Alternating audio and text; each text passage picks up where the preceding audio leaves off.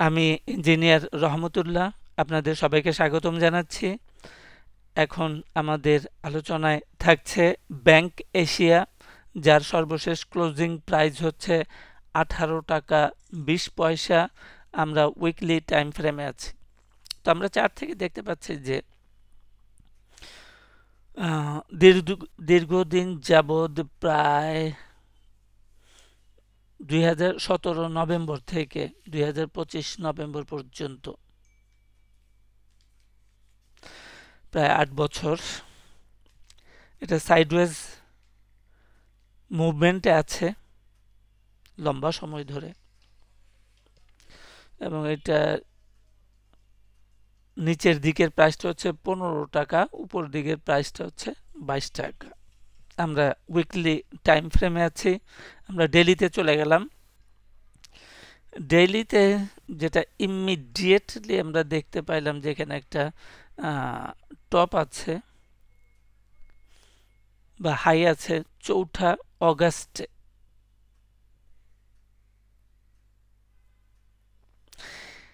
এই হাই থেকে আমরা এর আগে বলে নেই যে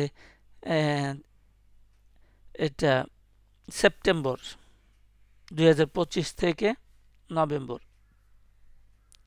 প্রায় 2 মাস। আবারও একটা ছোট টাইম ফ্রেমে, রিলেটিভলি ছোট টাইম ফ্রেমে সাইডওয়েজ মুভমেন্টে এটা আছে। এবারে সাইডওয়েজ মুভমেন্ট থেকে উপরের দিকে যাওয়ার প্রবণতা তৈরি হয়েছে, যেমনটা আমরা দেখি।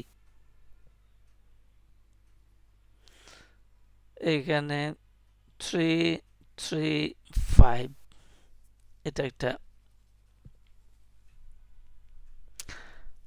ফ্ল্যাট সাইডওয়েজ কম্বিনেশনে আছে, ফ্ল্যাট কারেকশনে আছে।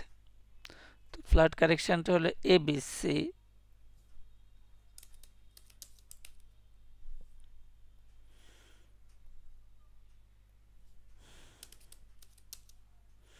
ওয়েব বি,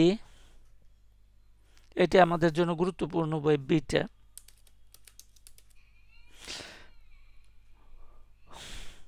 এখন আমাদের টার্গেট হচ্ছে যে এই যে ঊর্ধ্বমুখী প্রবণতা, এটা হায়ার হাই করলে দৃশ্যমান হবে, বাট এটা আপট্রেন্ডে আছে, আপট্রেন্ডে রয়েছে, আপট্রেন্ডটা শুরু হয়ে গেছে। এটা 335 করে এটাও যাবে। তো এই যে ওয়েভ বি যেটা আছে, এটাই হচ্ছে গিয়ে আমাদের টার্গেট। এটা অ্যাপ্রক্সিমেটলি কত 20 টাকা আছে।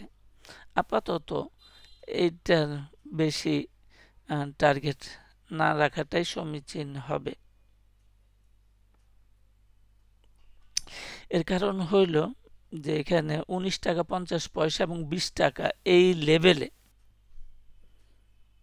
একটা সাপ্লাই, এটা একটা সাপ্লাই জোন, এবং এই লেভেলে সাপ্লাই আছে। সুতরাং এটাকে অগ্রাহ্য করার সুযোগ নাই।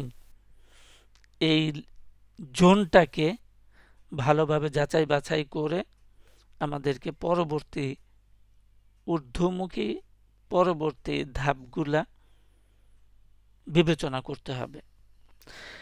তো আজকে এই পর্যন্তই। সাথে থাকার জন্য সবাইকে অনেক অনেক ধন্যবাদ।